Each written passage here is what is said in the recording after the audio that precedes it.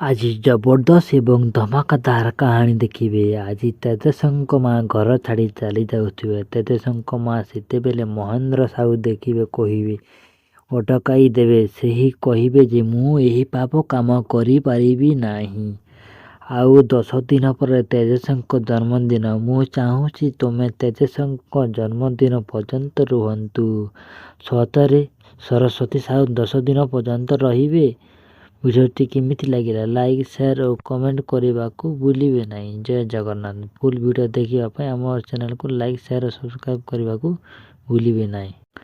ଆଜି ଜବରଦସ୍ତ ଏବଂ ଧମାକାଦାର କାହାଣୀ ଦେଖିବେ। ଆଜି ତେଜସ୍ଙ୍କ ମା ଘର ଛାଡ଼ି ଚାଲି ଯାଉଥିବେ। ତେଜସ୍ଙ୍କ ମା ସେତେବେଳେ ମହେନ୍ଦ୍ର ସାହୁ ଦେଖିବେ, କହିବେ, ଅଟକାଇ ଦେବେ। ସେହି କହିବେ ଯେ ମୁଁ ଏହି ପାପ କାମ କରିପାରିବି ନାହିଁ। ଆଉ 10 ଦିନ ପରେ ତେଜସ୍ଙ୍କ ଜନ୍ମଦିନ। ମୁଁ ଚାହୁଁଛି ତୁମେ ତେଜସ୍ଙ୍କ